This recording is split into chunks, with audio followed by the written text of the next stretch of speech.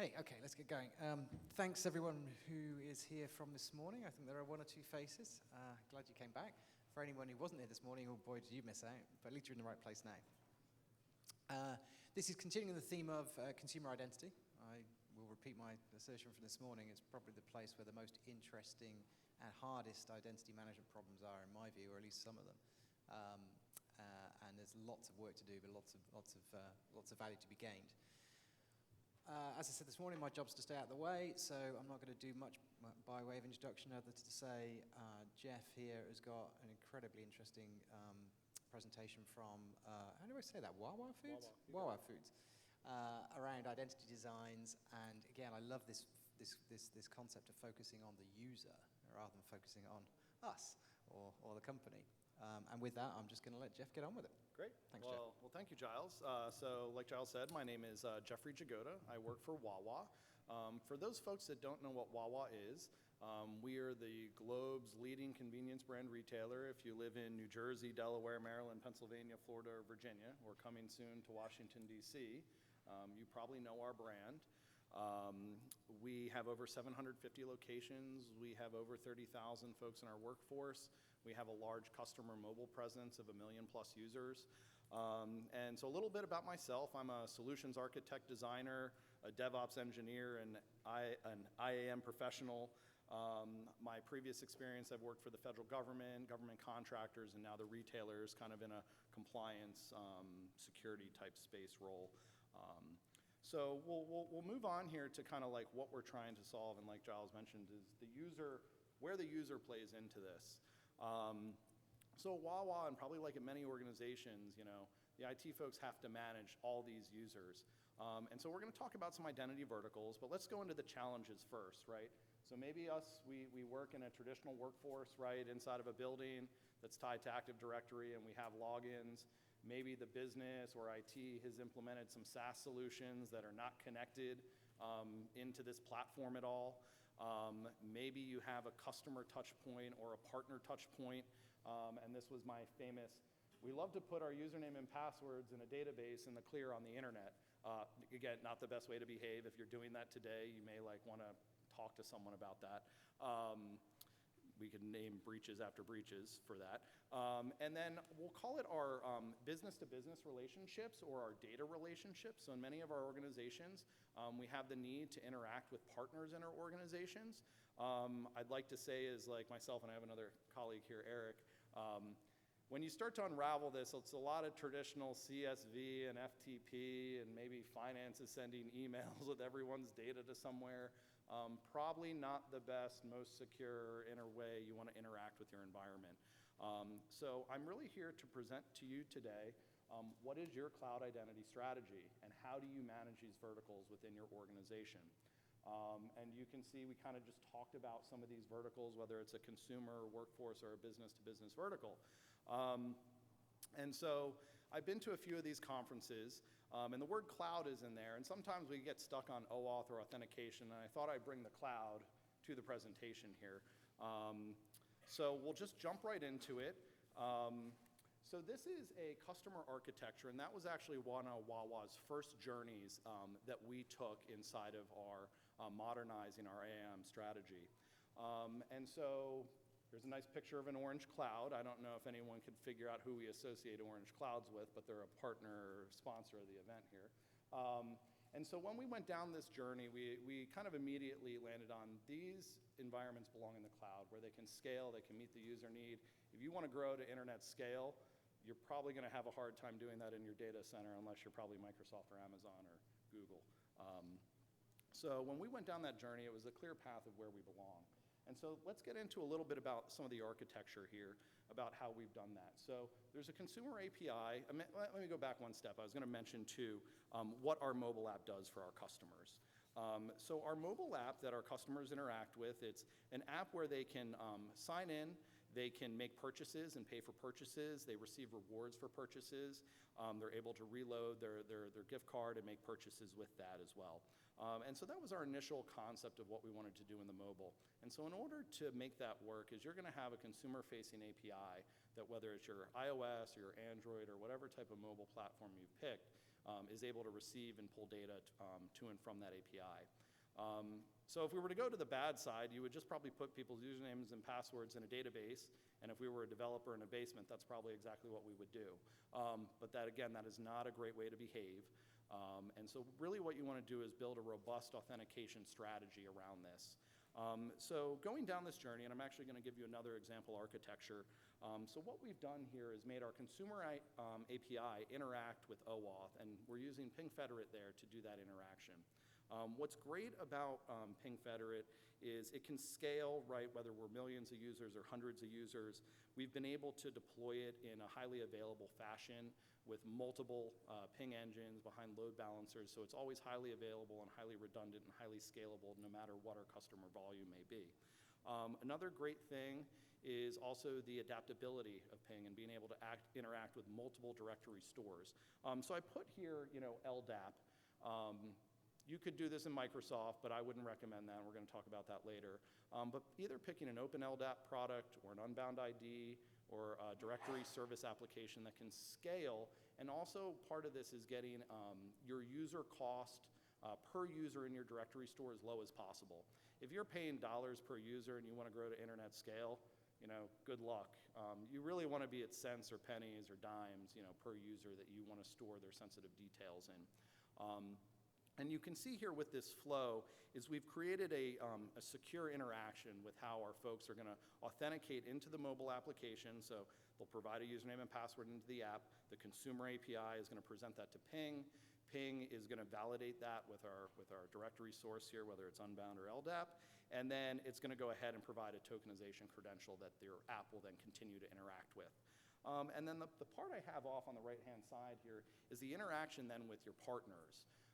So anyone in a mobile space or looking at consumer mobile is probably not building everything in-house. They're probably going to start looking at other SaaS providers or another partner vendor solution to do some of these interactions and tailoring with. When you get involved in those solutions, you really want to make sure that they're complying with some type of standard-based authentication. You don't want to be sending your users' personal details in the clear over the internet because your partner may be just as much at risk as you. So really, when you're going through this process, make sure you're selecting a partner that you can either federate with or is using a standardized authentication approach.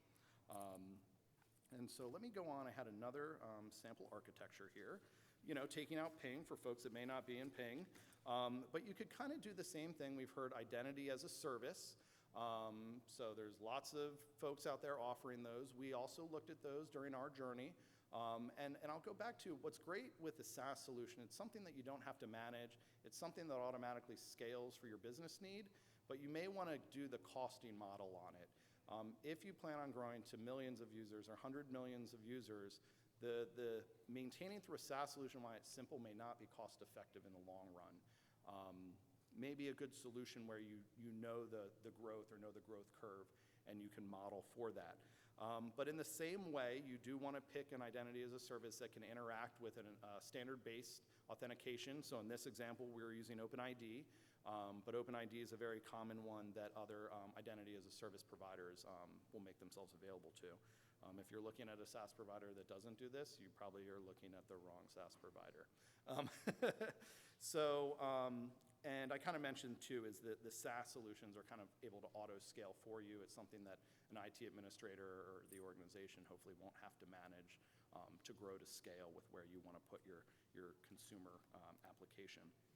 So those were some sample architecture references for a consumer side or a large internet scale side reference, again, all deployed in the cloud. And about 2 years ago or so, myself and Eric over here, we went down a journey of now trying to solve this for our internal workforce. So just like on our first slide, our challenge problem is, hey, we got AD, we got these disconnected SaaSes. How do we build this to make SSO and single sign-on available for our workforce? And so on the far left-hand side, we have our traditional data center with Active Directory. And during the deployment, you may question, oh, well, we should put this in our data center and connect it here and just put it on the internet. I would challenge those thinkings unless, again, you were a data center shop that is very robust. Once you start down this model, all your authentication to all your partners is now the front door And if you have problems with authentication, which I'm sure if folks are in this room and have any of that, if you have a problem with authentication, it's a bad Monday because the whole company can't log in or an entire application is down. You're not highly redundant, you're not highly available, and you've now just essentially disabled your entire workforce. So again, in this journey, what we decided is this solution belongs in the cloud, out with the SaaS applications that our consumers are going to be using, or I'm sorry, not our consumers, our workforce is going to be using. So that was an initial early on design. And so part of that was then having to replicate our directory into the cloud, right? So we could have that user store so folks have their username and password and Ping is accessible to that. And I won't talk about the green cloud quite yet, but let's just say that we've now done that, we've replicated, and we now have Ping identity. We're able to start drawing these connections or connectors in Ping to all these SaaS solutions in your business. And again, what's great about Ping is it's very highly configurable. It uses the open standards like OAuth and SAML and OpenID and WSFed. And that was something myself and Eric did on the back channel is when you're picking a solution, you don't want to pick something early on that may pigeonhole you into solutions later. Microsoft has a great platform, but it's maybe only great if you're a complete Microsoft shop. If you're a business, wants to start picking off things that are not Microsoft or doesn't want Microsoft licensing challenges, that's a little bit where we're going to talk about the green box here for a minute. So once you've established some of these initial connectors with your SaaS providers, you've essentially, SSO enabled your workforce. Maybe not all your applications are there, but at least you've started putting the breadth of the applications that your users may use. Now, I put in Office 365 there because that's something we're doing as an organization as well. But like I mentioned, our workforce and our environment is actually quite diverse. We have folks in a corporate office. We have retail employees that work in retail locations. We have contractors. We have vendors. In many of these cases, some of these folks don't necessarily need a Microsoft Active Directory account. As the device model changes and we're getting out of Windows-based devices and we're moving to Android phones and iPad tablets and Chromebooks, you don't necessarily need to have these users in Active Directory if they're not consuming Microsoft solutions. It probably behooves you and your organization to look at that and then say, okay, well, if they're not using any Microsoft products, why did we choose to store their accounts in a Microsoft solution where you're going to be paying a larger per user fee? So this kind of goes back to what we did in our customer space, is maybe picking a different cloud directory service where I can store these other members of my workforce at a cheaper cost. They're still able to log in, they're still able to manage their password and interact with all these SaaS solutions without needing that Microsoft account. And just in our cases, we're never going to be able to get rid of Microsoft out of our accounts, but maybe we can reduce some of the Microsoft licensing that we need for all of our users in our environment. So that's kind of one of the challenges that you get into wanting to do this. But as more things I say move to SaaS and more of these devices become non-Microsoft devices, it's a real opportunity there to save your organization, simplify the organization, and pull some of those complexities out that Microsoft puts into your organization. And so I actually have a sample architecture here of how this was actually kind of deployed into Amazon Web Services. And so what we have here is you see Ping and directory are kind of in a private layer. They are not exposed to the internet. Our customers are forced to come through what I'll call as a web application firewall. It's a common name. Some folks may have heard this.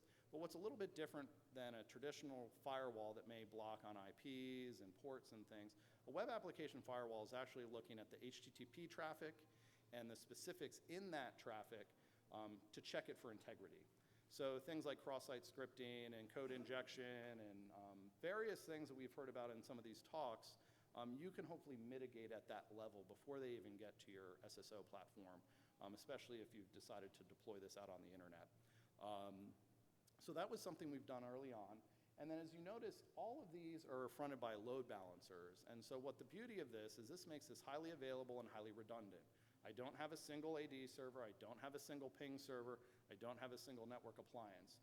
So in this model, at any given time, at any given hour, it could be right now, one of our servers is down. But the load balancer pulls it out of service for me, and my customer traffic is still able to flow. or workforce traffic is still able to flow down the happy path and service our customers.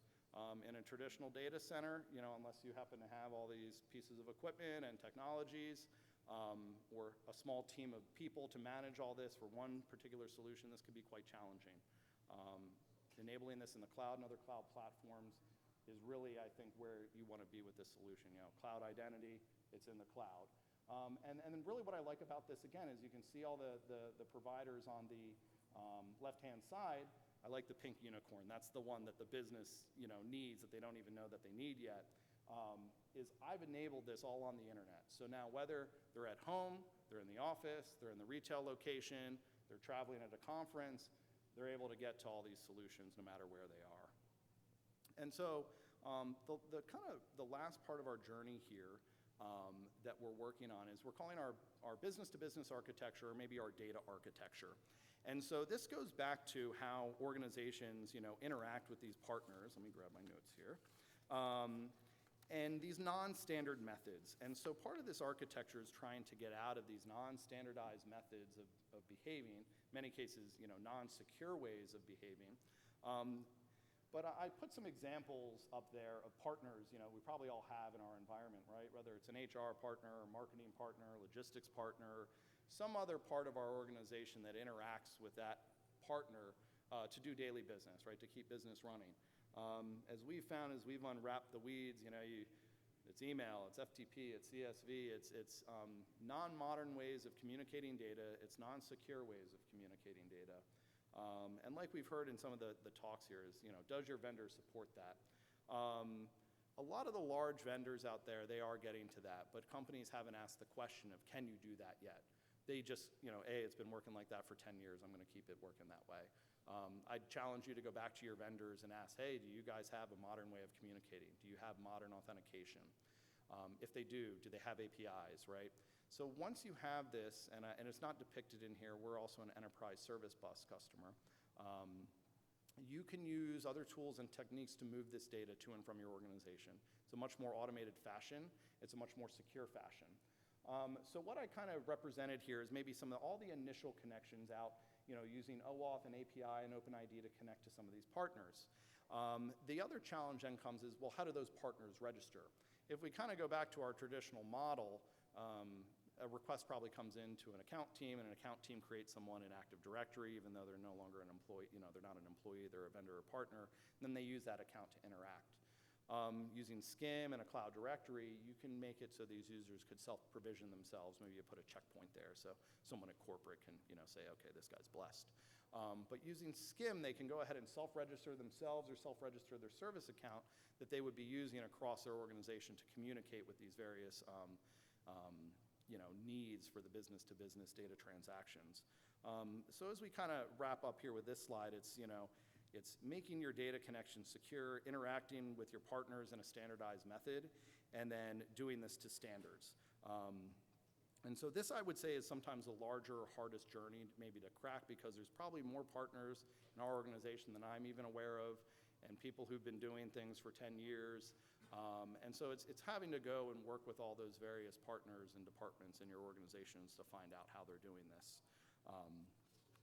And so we'll kind of move on to, and I'm about there. So as our results here, we've kind of tied all this now into one holistic cloud identity strategy. And once you've now kind of put everything into the cloud and everything into a central cloud location, you can really start getting at robust, user interaction models and getting away from these disparate pieces that you're managing. And so we'll go into kind of the final results here. So you've created this holistic identity strategy that hopefully covers all your verticals. You have great customer experiences, whether you're an associate or a consumer or a business-to-business interaction. You've SSO-enabled your workforce, which everyone loves. You've SaaS-enabled your workforce. I'd say that's one of the things that we see internally in IT is our business adopting these SaaS solutions. How many times do they come in the door, Eric, with a new one on Monday? Oh, we just got this, and da-da-da-da-da, and okay. Well, now we're at least enabled so we can quickly plug that in. And kind of what this becomes is it becomes service work and not project work. How many times do we get a new thing in the organization, it becomes a major project, need major resources and various folks, Go into this model, you're really going to streamline that whole process and make it more service-oriented work. And the executive viewpoint is you've transformed to a modern identity. So whether your organization is going to start moving towards a digital business and interacting with consumers and your partners in a digital way, you've really enabled that, for your business to move forward. So I'm about wrapping up here, right? Fantastic, Jeff. Right on time. I got like 5 minutes of questions. You're my favorite speaker. But yeah, I love hearing from companies who've had to do this stuff. So often we hear from vendors who tell you how wonderful it all is. It's nice to hear from a company who's been through the journey. So I'm assuming there's going to be a whole ton of questions out there of people who are in similar positions. Have we got any for Jeff here at the moment? Anyone got a question? Yep, there's one.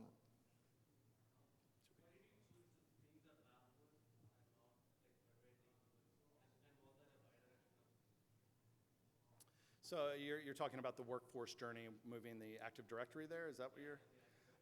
Yeah, so what we did there actually is that's technically just a read-only domain controller that we put there, and we've just synced the user portion of the corporate accounts for right now.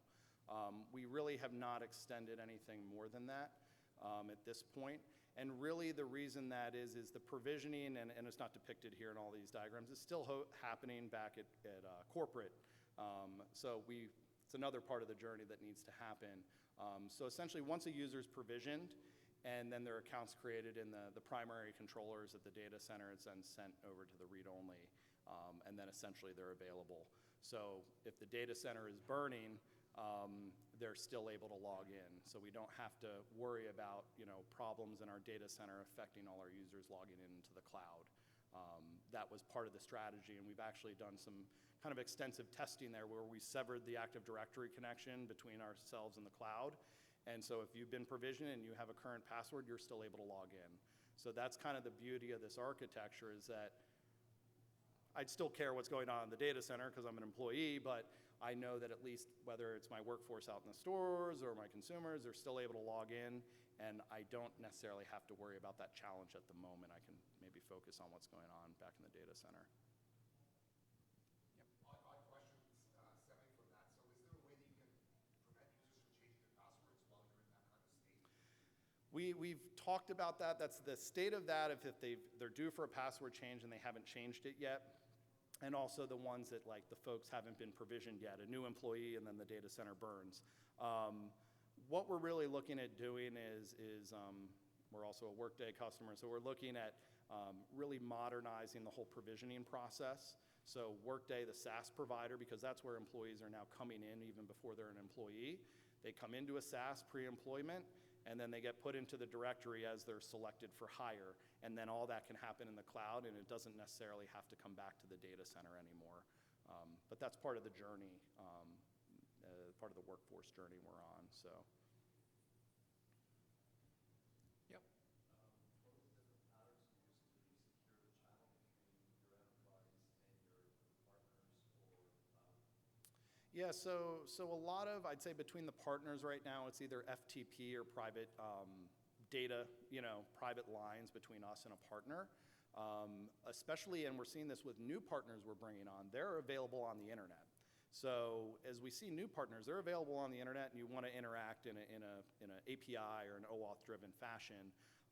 Those other partners, I'd say that's the longer journey. We've just actually learned with one we've been interacting with over the internet, they now offer a VPN connectivity. So I think that's part of illness on us, the business, and illness on the provider to be upfront about what those interactions are. Because I think sometimes that just gets lost in the business deal or the conversation. It's just, oh, we can do it this way, and oh, you can do that, so when we do that, and then it's kind of myself and Eric are here to sometimes ask those hard questions. So why do we do it that way? Can we do it this way? And really pushing back on the vendors of, no, we're not going to do it that way. You have to implement in this manner. And that's part of the illness on the business, to challenge that, or at least be behind IT in that challenging part of the conversation. Hey, Jeff, So. let me add to that. Yeah. So one of the things that's not depicted here is when we came up with a lot of these frameworks, that particular issue, we call it our integration strategy. So around the integration strategy, what really centers that connectivity is defining your endpoints. So whether You have B2B doing EDI or B2B doing SFTP. You define those endpoints, and then from that perspective, then you kind of set up your integration platform. So Jeff mentioned earlier, we run ESB for a lot of our internal communication that goes in there once we bring it in, but we use a lot of different types of endpoint technologies to integrate that. So from our user base and from our business partners, they only see one front. They don't have to deal with all the different details. We just say, here's our definition, here's our standard that we're bringing you in, here's how we're going to transform the data, and we take control of that for them. The big thing with a lot of companies that we're going through right now, in fact, because like Jeff said, we have vendors that we've been working with for years and years and years. A lot of them are moving off of EDI, going to an XML feeds, different types of file formats. They're also, some of them are embracing APIs, but they're not really communicating that back, to us. So we have to go back and ask the question as we're modifying these B2B transactions, what are you offering, what's your preference, and kind of work with them to keep the technology trend moving forward. I think we might have time for one more question if there's anything out there. If not, I've got one actually, slightly left field maybe, Jeff. But Okay. So I mean, it all sounds wonderful. I'm sure it all is wonderful, and you're mitigating a lot of risks. You keep talking about availability, scalability, everything else. Is there any kind of new risk creeping in? Is there a new problem that this creates, or is it just wonderful and golden? I would say the one that we're working with is as we begin onboarding all these SaaS solutions and providers, we've learned that they may not have implemented in a standardized methodology. Their white paper may say that, their website may say that, but then when we actually go to implement, we have one where it's sending the Social Security as the SAML subject, and we're like, oh boy, this doesn't seem like the best way to do this. And I would say that's the risk, and it's us, and this is a provider that we're not going to unfortunately be able to get rid of, and they're a big one. It's really working with them and challenging them, and then having the business, I'd say, behind us in IT, when we make these challenging statements to say, hey, we're not going to let this happen, or let security throw up the red flag in cases. Yeah, I think the big thing, the most positive thing you can do in these challenges when you're dealing with these vendors is coming back with just some very simple standardization rules that you're defining to protect your organization. Yeah. So in several cases where we've had to come back, and we're dealing with some very big partners out there, and it's interesting to see the different perspectives that they have. Some of them are doing things that people have continued to do for 5, 10 years or so. Some of them are embracing some of the newer technologies, but you as an organization really need to come back and kind of guide that and say, here's our standards that we want to engage with. We want to make sure we're on TLS, 2.0. We want to make sure that we're running SFTP. We're not running any other type of protocol. Just very simple statements that kind of guide your partners. Yeah. And that really helps a lot with those type of challenges that we've had. I was going to, Eric and myself, we wrote up basically a design template which asks questions of the vendors, and they kind of need to fill this out and give us some of the answers there. And then we can kind of give that the smoke test and say, okay, this looks about right, and then some of it they don't fill it out, and you're like, So, right. and we get into details, right? Do they encrypt the assertion? What are they asking for in the assertion? Some of these specific details that really don't come out until you're actually hands to keyboard kind of stuff. So getting that details up front, I think, is good. Great, thanks, Jeff. And can we all thank Jeff and Eric in the usual way? Thank you, guys.